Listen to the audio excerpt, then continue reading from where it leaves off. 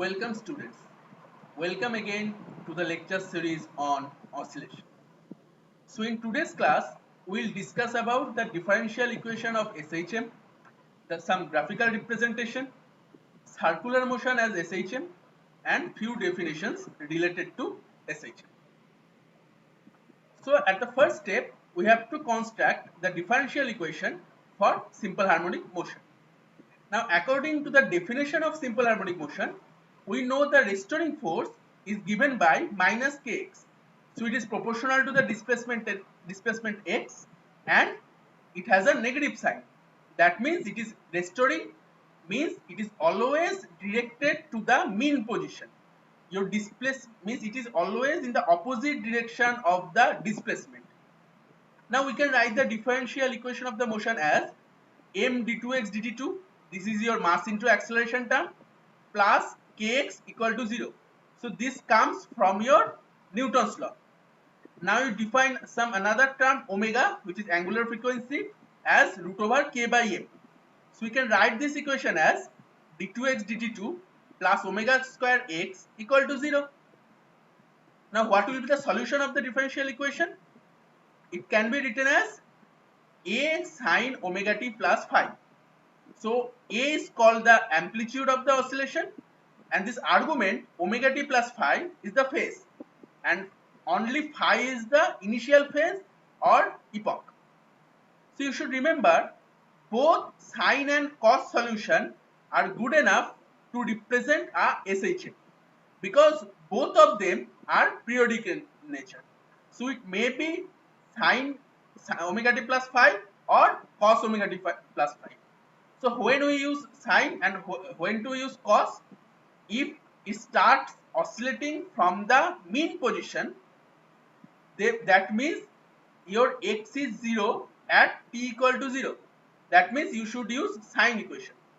And if it starts oscillating from the extreme position, that means at t equal to 0, your x equal to a, means the maximum amplitude. So you should use cos solution. So you have to choose very carefully the sine or cos, whatever you use to represent a simple harmonic motion. Now here you see a spring mass system is oscillating about the mean position. You see when it is going to the right side at the extreme position, this particle goes to the extreme amplitude. Again it comes back to the mean position and goes to the other direction, to the extreme position of the other direction. And again this particle goes to the vibrates between the two maximum points. Now tell me what is the solution. So this is a cos solution, means this mass starts oscillating from an extreme position, means you have pulled the mass to an extreme position and released it, and due to that there is a restoring force and the body starts oscillating. Okay.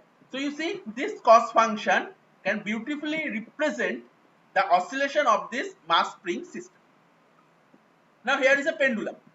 You see this F is your restoring force, and according to the oscillation the direction of force is changing. When it is in the right side, the direction of force towards the equilibrium position, and when it is in the left side, the direction of force is in the equilibrium position. And the weight mg is always towards the ground. Okay, and this alpha t is the angle, it is a function of t and it is changing with t, and capital T is the tension.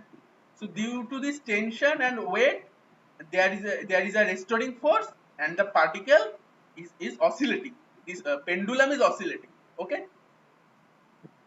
Now any circular motion can be represented in terms of SH. You see carefully, this red point is actually the projection of this vector, this radius vector. So as this black point is the radius vector is going round and round, this projection is going to maximum position here, then it is coming back to 0, and then it is going to the maximum position here. Again it is following here. You see when the red point goes here, this red particle is always go to the extreme amplitude, and again as it is goes to the downwards, and this red particle goes to the next maximum amplitude in the opposite direction. and when it is going to the zero position, mean position, this particle is crossing this x-axis. So your x-axis is omega t.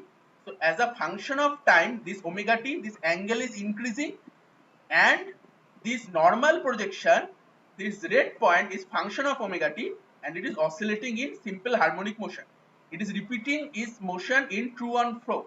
It's going in the same path and returning back following the same path. So it is a simple harmonic motion. And this sine function can represent this circular motion. Clear? Now there is some few definitions. First is amplitude.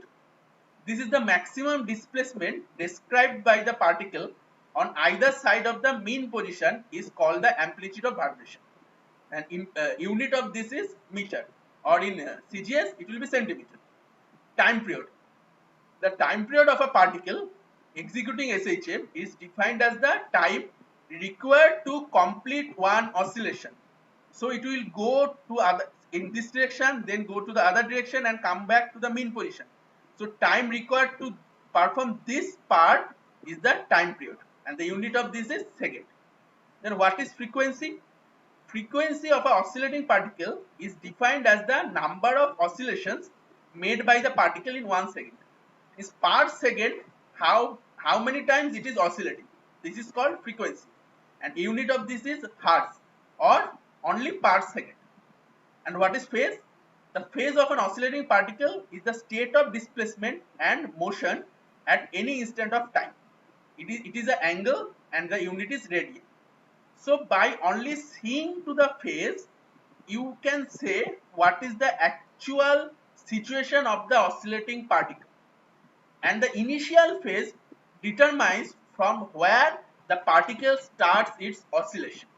So phase is actually the argument of your sine or cos function. So it determines the actual motion or actual state of motion of the particle. Okay. So what we learned today? We learn about the differential equation and the solution in case of simple harmonic motion, the graphical representation, circular motion as SHM, and few definitions related to SHM. Okay, thank you.